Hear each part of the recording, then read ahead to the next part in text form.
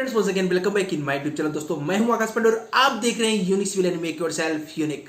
दोस्तों आप सबने कहीं ना कहीं से ईटैप्स या स्टैट प्रो सॉफ्टवेयर सीख रखा होगा और ईटैप और स्टैट प्रो सॉफ्टवेयर सीखने के बाद आपके माइंड में क्वेश्चन आता है कि क्या मैं इंडस्ट्री में ये ड्राइंग का जो रिजल्ट आया है डायरेक्ट दे सकता हूं। तो मैं आज उसके बारे में थोड़ी सी क्लैरिफिकेशंस, थोड़ा सा अपना एक्सपीरियंस शेयर करने वाला हूं। सो प्लीज वीडियो को लास्ट तक देखना और समझना कि ओके इस तरीके से चलता है और हमें क्या क्या चेंजिंग्स करनी पड़ सकती हैं। दोस्तों आप सब अगर ईटैप चलाते हो तो ईटैप सॉफ्टवेयर के अंदर आप स्टैट प्रो ईटैप के अंदर बहुत ही अच्छे तरीके से एनालिसिस कर सकते हो, डेफिनेटली उसकी बहुत ही अच्छे तरीके से डिजाइन भी कर सकते हो। पर डिजाइन करने के बाद जब आप डिटेलिंग करते हो तो यहीं पे हमारा क्वेश्चन है कि जब आप डिटेलिंग करते हो तो आपको क्या लगता है कि इसके अंदर पूरे सीट्स तो कंप्लीट करके ईटैप बहुत ही अच्छे तरीके से देता है। आप सबने देखा होगा कवर सीट देता है, बीम की पूरी डिटेलिंग, कॉलम की पूरी डिटेलिंग्स, कॉलम की ड्राइंग, बीम की drawing, centre line, each and everything. ETABS का जो 2016 तक का वर्जन था, आई थिंक 17 तक का जो वर्जन है वहां तक कंप्लीट वो देता है। अभी थोड़ा सा सीएसआई ने गेम खेला, सीएसआई ने क्या कर दिया, अभी डिटेलिंग का एक अलग से, तो सीएसआई डिटेलिंग करके एक सॉफ्टवेयर अलग से आ गया है जो ईटैप की फाइलों की डिटेलिंग्स निकाल के देता है। बट 17 तक तो ऐसा था कि उसके अंदर ही उसकी डिटेलिंग्स हो जाती थी, मतलब कि सॉफ्टवेयर के अंदर ही डिटेलिंग्स हो जाती। अब क्वेश्चन ये है कि क्या मैं उस ड्राइंग को डायरेक्ट किसी को दे सकता हूं?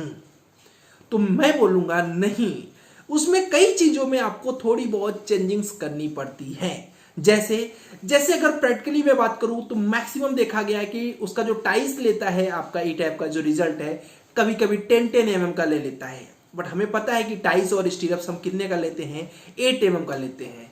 तो आपको उसके सीट को ऑटोकैड में, आपको पता है राइट क्लिक करोगे तो उसमें इंपोर्ट डीएक्सएफ दिखता रहता है, तो वहां से आप ऑटोकैड में ले जा सकते हो और वहां पे उस चीज को चेंज कर सकते हो। वहां पे आप चेंज कर सकते हो कि नहीं मुझे 8 mm का ही चाहिए।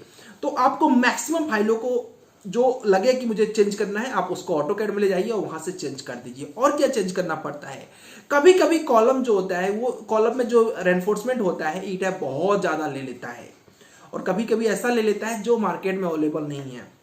मैंने खुद भी देखा है, कई बार 14 mm का बार ले लेगा, 10 mm का बार ले लेगा। अब आपको पता है कि कॉलम में हम मिनिमम नंबर डाया बार कितने का लेंगे, 12 का लेंगे।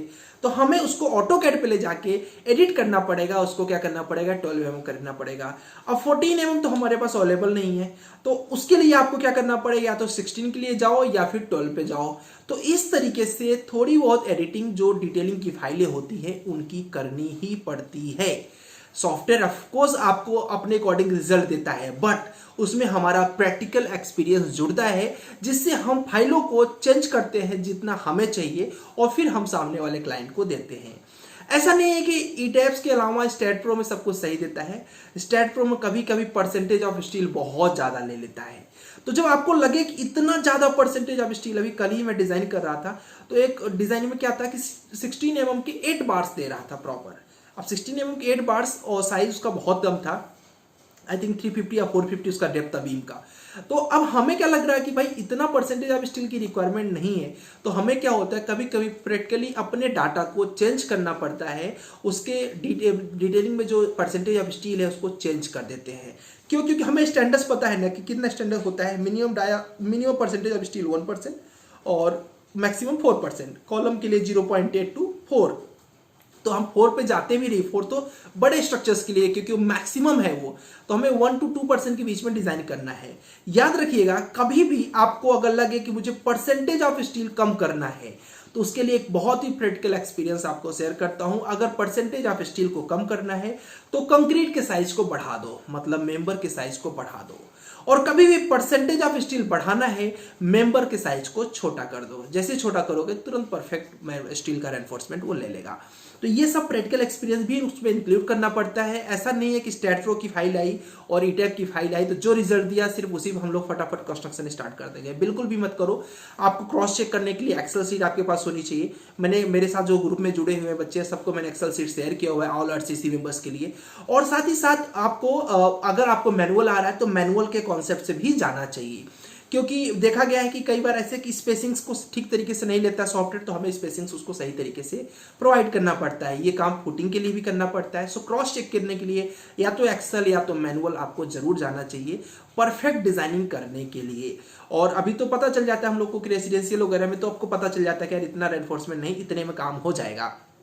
लेकिन क्वेश्चन यही था, एक बच्चे ने मेरे से व्हाट्सएप में बोला था सर इस पे प्लीज़ वीडियो बनाइए, क्या हम डायरेक्ट जो ईटैप की फाइल आई उस पर कंस्ट्रक्शन कर सकते हैं? नहीं, आपको उसको क्रॉस चेक करना पड़ेगा। उसमें से कई चीज़ें जो स्टैंडर्ड्स के अकॉर्डिंग नहीं है उनको आपको ठीक करना पड़ेगा।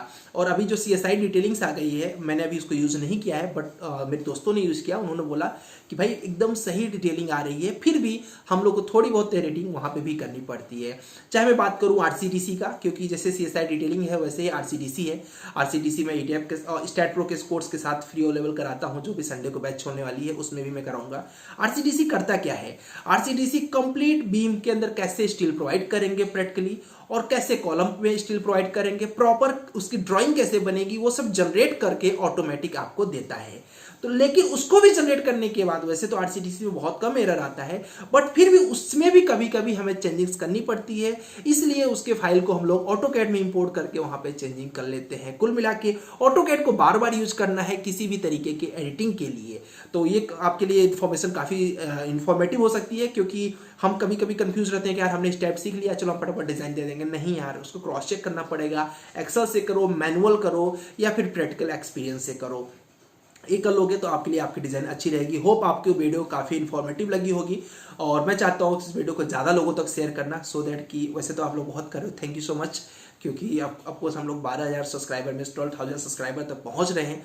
और मैं भी आपके लिए बहुत कुछ कर रहा हूँ, बस धीरे धीरे देखते जाइए कहाँ तक हम लोग पहुँचते हैं।